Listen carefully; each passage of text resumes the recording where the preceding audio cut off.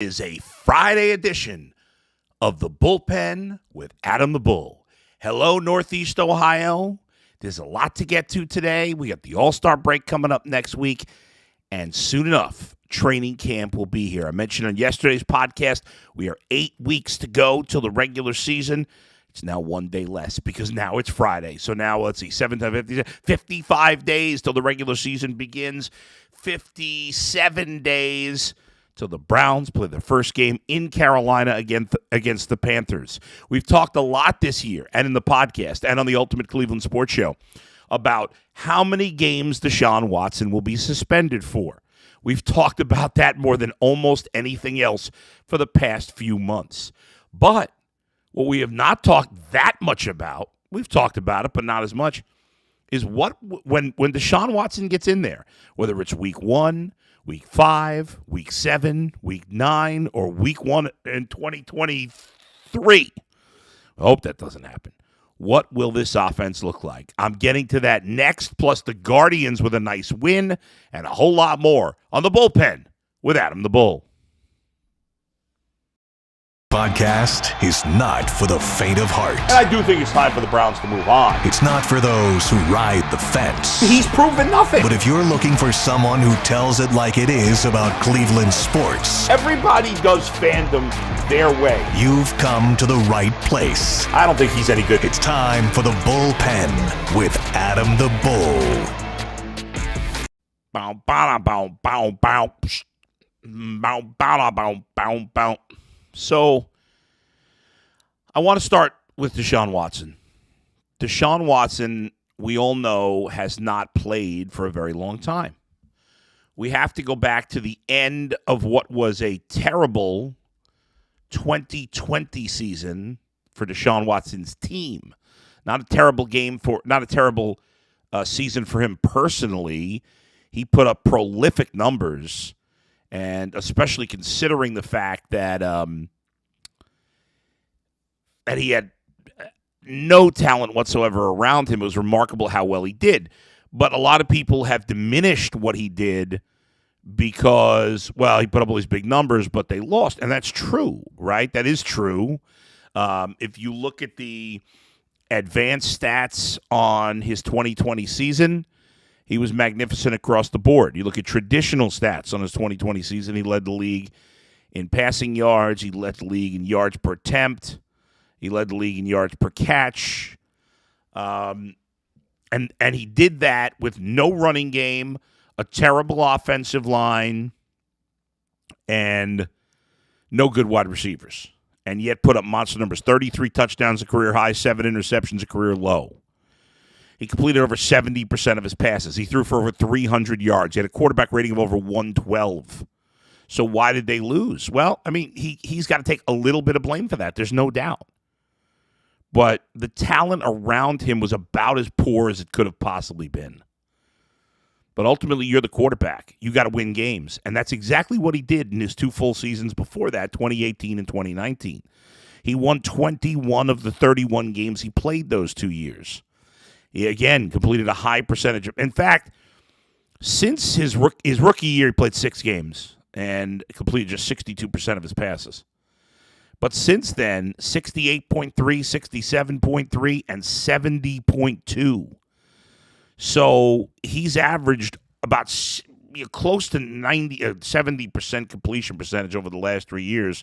In that same time, he has thrown 85 touchdowns and 28 picks. Very impressive. And listen, the numbers are really good. The win-loss record in 2020, not. But as we've talked about, he hasn't played in a while. And if he misses however many games he misses, it's going to be a long time. The last game DeShaun Watson played was January 3rd, 2021. That's a year and a half, and we don't know when he's going to play. In that last game, by the way, he lost a 41-38 game to the Tennessee Titans, in which he completed 72% of his passes, threw for 365 yards, 3 touchdowns, and 1 pick. In that season, by the way, he was sacked 49 times. Awful. You look at the protection he's had. We've talked a lot about Deshaun Watson and his time in Houston, about the lack of talent around him in terms of skill position. He had DeAndre Hopkins for the first, there's 2 full seasons in the part of the rookie season that he played. Outside of that, he has not had much talent. He had a nice receiver in Will Fuller for a few years, but the guy was always hurt. He had no running backs in his time in Houston. He had a terrible offensive line every year. I mean, the guy was sacked. The guy's been sacked 174 times in 54 games. Think about that for a minute. 174 times in 54 games. That's over 3 sacks per game on average. That means you're getting sacked over 50 times with the new schedule. Including a NFL worst 62 times he was sacked in 2018, a year where he still had tremendous success. The flaws, well, he's played 3 playoff games and won 1. That's not great. His completion percentage in the postseason has not been particularly good. 3 games. It's hard to read into the stats too much. In the 1 game he won against Buffalo in January of 2020, he played a really good game. That he completed 80% of his passes, threw 1 touchdown. He was still sacked 7 times, but led Houston to a win over Buffalo before getting. You remember the last playoff game, he had a big lead. I think they were up 21 or even 24-0 against Kansas City, and they collapsed. He didn't do much in the second half. He threw a lot of incompletions in the second half. No picks. His playoff game in 2019 was not very good. Didn't play well there. Deshaun Watson as a player has a ton more to prove. I don't think there's any doubt about it.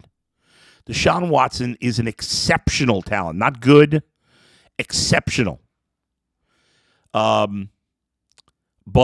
he's only started 53 NFL games and only played in 54. That's not a lot, right? I mean, he's been in the league, and he's still a very young player. Deshaun Watson will turn 27 years old 2 months from today. 2 months from yesterday, excuse me. So he's a really young guy. He's got a lot of time, and he's got some growing to do. He's got some maturing to do. He's got some improving to do.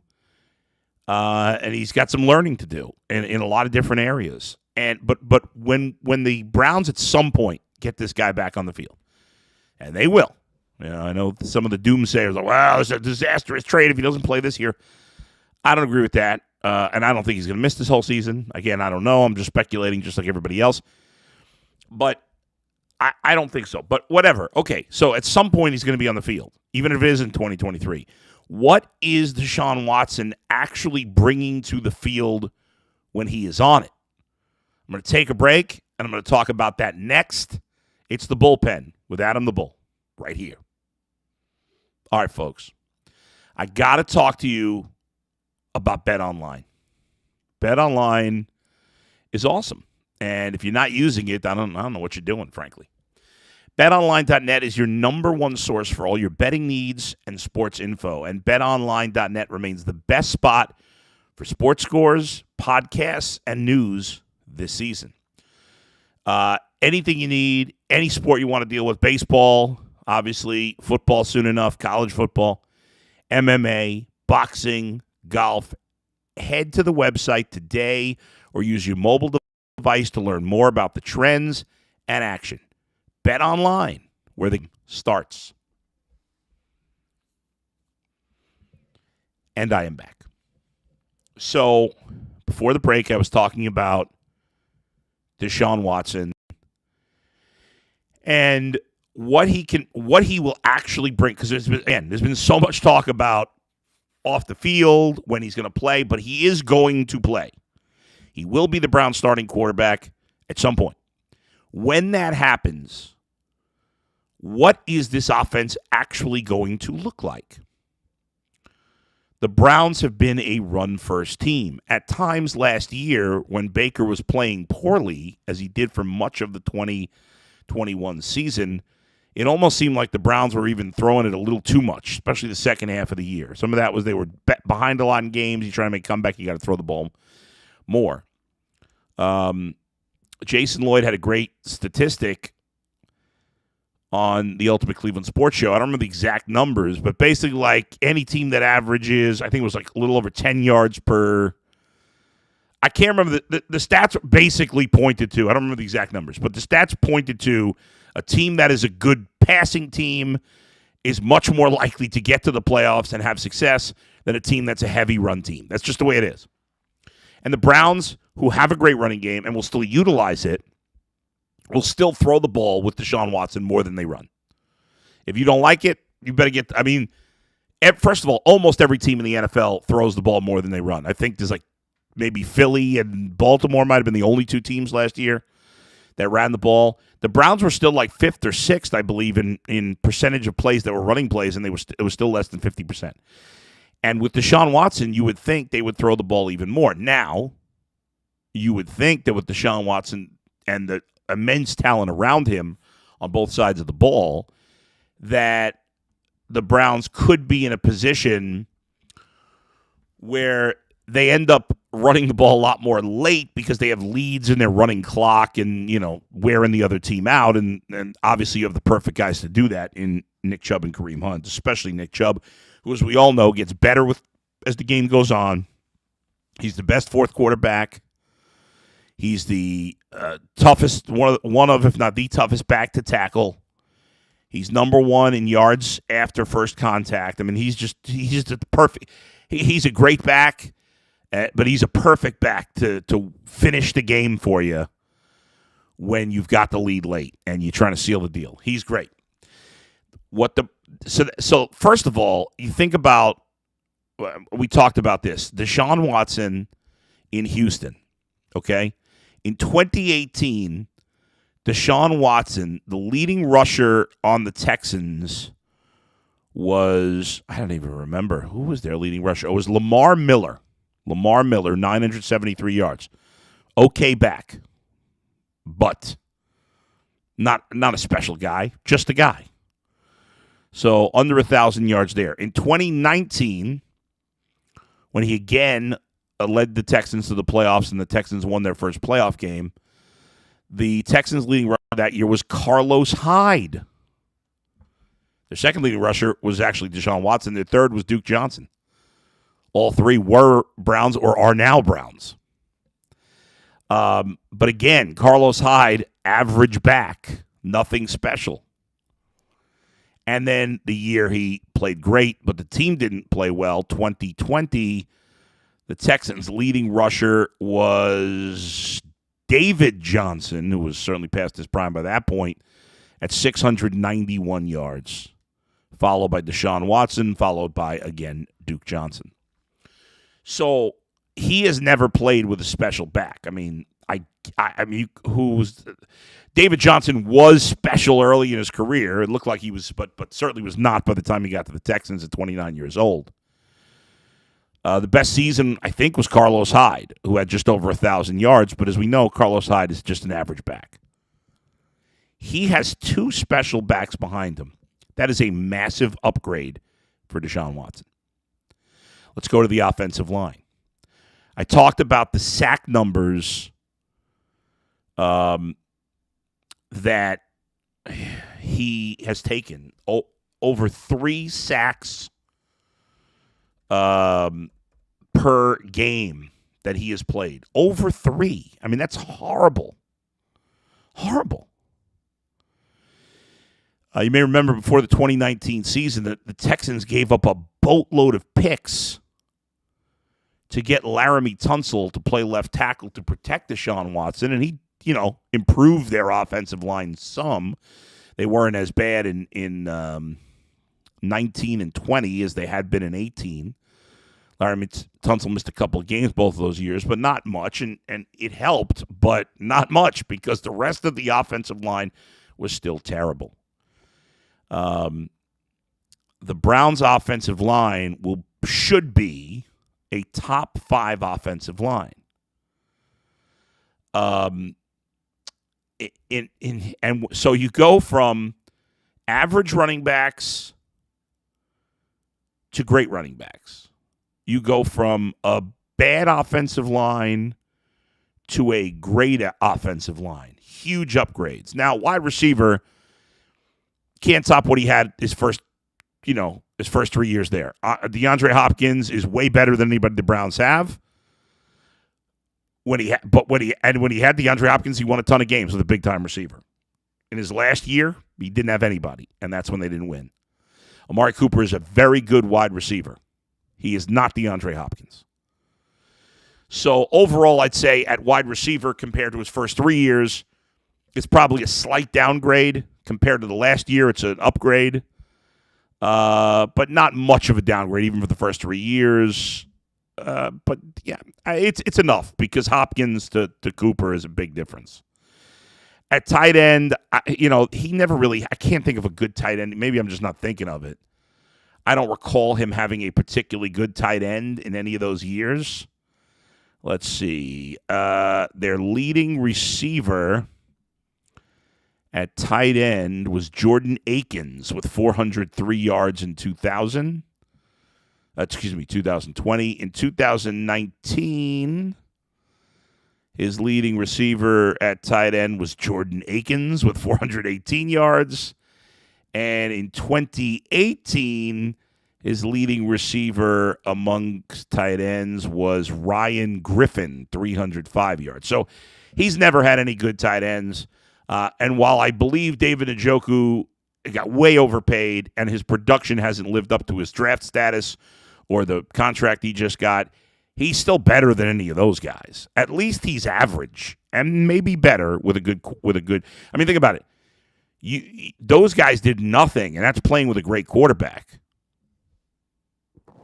David Njoku has put up mediocre numbers with a mediocre and before that bad quarterbacks.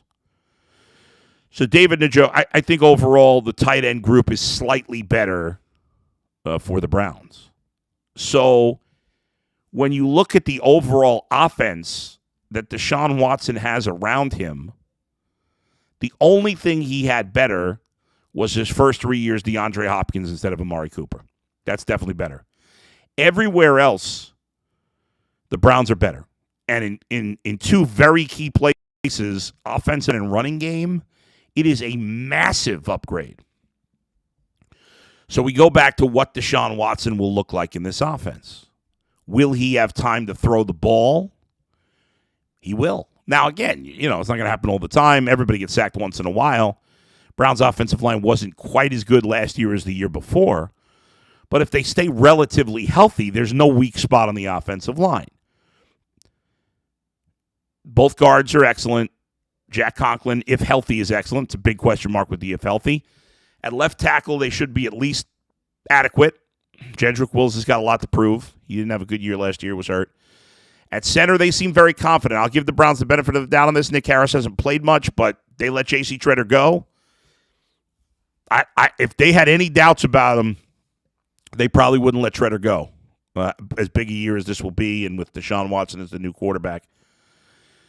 So I'll give them the benefit of the doubt there. Huge upgrades for off, and when to have the running game he will have behind him. The best comp, we went for, again, a bunch of mediocre backs. At best, middle-of-the-road backfield situation in Houston. Probably below that.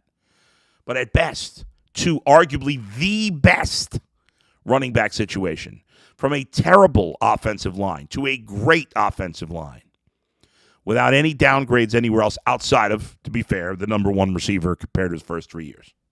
But it's not like Amari Cooper's not good. He's good. He's just not elite like DeAndre Hopkins. DeAndre Hopkins can be a Hall of Famer. Amari Cooper's not. So if I think about the huge numbers, and for 2 of his 3 years as the starter for the majority of the season, the huge win totals that he put up with Houston, I can only think that he will be better here in Cleveland. And some people say, well, better? He missed the whole year. Well, if he missed that whole year due to injury, if he missed the whole year when he was 35, maybe I'd be more concerned. I think there's a lot of people out there like, well, he's going to be rusty. Who knows if he's still great? Why? I mean, I guess anything's possible, but why would a guy who was great his first 3 years as a full-time starter, who is just going to turn 27 years old at the beginning of the season, right? 3 days after the Browns opener, he'll turn 27. What would lead you to believe that he would not be great? I mean, again, anything's possible. You never know what the time off's going to do, or his state of mind based on everything that's happened, or I don't know. I'll leave open the possibility of that, and that would be a disaster if he's not the same player. But I'm going to assume, even if there is some rust initially when he gets back on the field, that within a few weeks at the very latest, he will get back to being the player he was. And that's a play for 2 of his 3 years as a starter with mediocre or worse talent. He won a ton of games, got to the Pro Bowl every year, got to the playoffs those first 2 years. In the last year, he had zero talent around him. He still played great. He was the number one ranked PFF quarterback. He didn't win games, and some of that's on him. You know, I mean, I don't know if any quarterback could have made the playoffs with that team. But you telling me Tom Brady's on that team is only winning 4 games? I don't see it. He's winning more games than that. But Tom Brady is an all-time great, and Deshaun Watson's still a young player. So Deshaun Watson's bad playoff record, we all know he's got more to prove. But when I think about how the potential of this offense, the upside of this offense with Deshaun Watson, even with some questionable depth at wide receiver and a questionable contract at tight end, the sky's the limit. I mean, the Browns could it's realistic. It's possible if Deshaun Watson plays the whole season. Again, I don't think it's going to happen. But at some point, let's say in 2023, that the Browns are top 5 offense, top 5 defense. And that gives you a real chance, something they have not had, a chance to win a Super Bowl. The Browns have not had a special player at quarterback in my lifetime. It's really that simple. I love Bernie Kosar. He was a very good quarterback. Brian Sipe, good quarterback. Didn't see him play as much. I was pretty young. We know about the 1 year of Derek Anderson. Tim Couch's potential had he had anything around him. And Baker was solid and got you a playoff win for the first time in a few years. But they have not. This franchise has not had a player like this. He is arguably the best thrower of a football, the best athlete. There's nothing. He's accurate. He's not turnover prone. He's got it all. And I know what you're saying. Well, but what about the off-field stuff? Hey, listen, nothing I can do about that. That's playing itself out here. And once it's decided, once he gets back on the field, I think that's over. Now, maybe he comes back. But once he gets on the field, to me, that situation is over. And I can't worry about it at that point. So,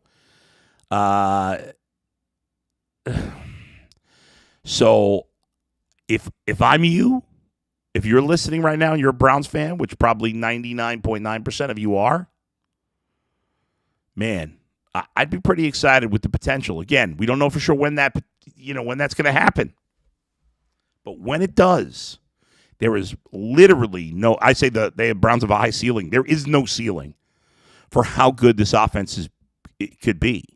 I mean, think about what you have to deal with if you're on the defense and the Browns come out and they've got Amari Cooper on one side and David Njoku in the slot and whoever they're, on that play got the second receiver. Maybe even in the backfield, you got Nick Chubb and Kareem Hunt at the same time. How about you run a little wishbone on a couple of plays with Watson and Hunt and Chubb all in the backfield? Good luck.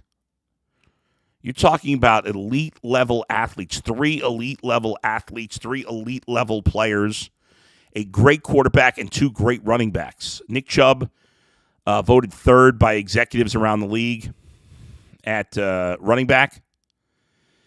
And Kareem Hunt didn't make the top 10, but that's just because he's not a starting back right now. If he was playing on another team as a starter, he probably is.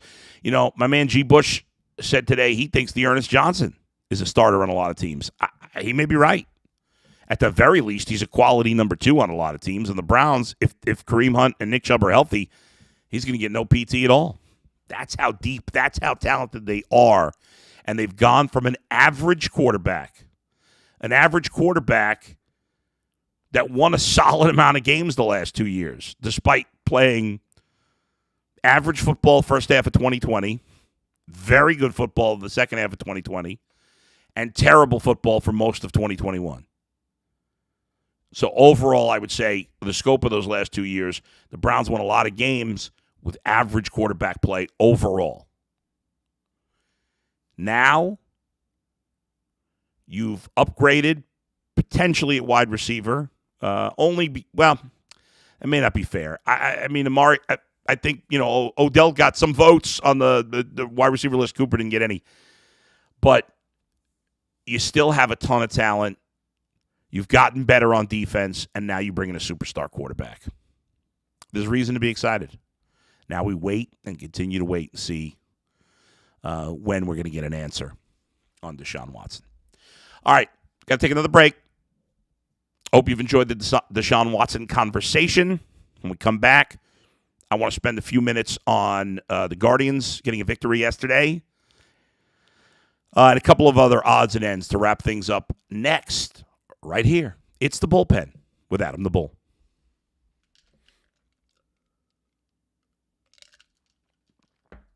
All right. So, nice win for the Guardians. Obviously, they've not been playing well. They had lost, I believe it was 17 of 24, something like that. I mean, they'd been in a terrible stretch.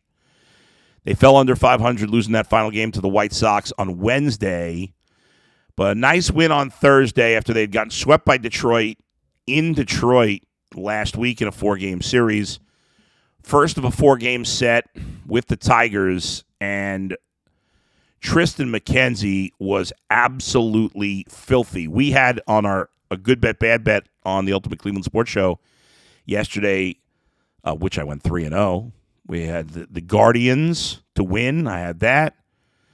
Under 7.5 runs total. I had that. And the third one was over, I think, 7.5 strikeouts for Tristan McKenzie. I think I might have been the only one that said over. Maybe Mike Polk did too. Might have been 2 of us. I thought that was a no-brainer. The Tigers are a huge strikeout team.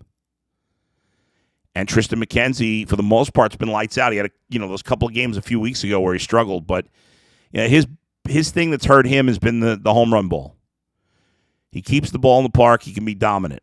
I saw Shane Bieber on the broadcast yesterday talking about how he thinks McKenzie's going to be the guy there to throw the no-hitter. Well, it wasn't a no-hitter yesterday, and I get it. I know the Tigers stink. Their line of things. I'm not going to diminish what the guy did. Yeah, it's more impressive if he'd done it against the Yankees or the Blue Jays or the Red Sox or the Astros. We all understand that. But you pitch against who's in front of you, and last night it was the Tigers, and McKenzie was fantastic. And I'm not going to poo-poo that when we've seen a lot of bad performances by Guardian starters against the likes of the Tigers, Royals, and White Sox in the last couple of weeks. So McKenzie was absolutely lights out. 8 innings, no runs, no walks, no homers, obviously. 5 hits. I think they were all singles, if I remember correctly. 12 strikeouts. I mean, my gosh. And he was making, guys were taking, good pitches, good strikes.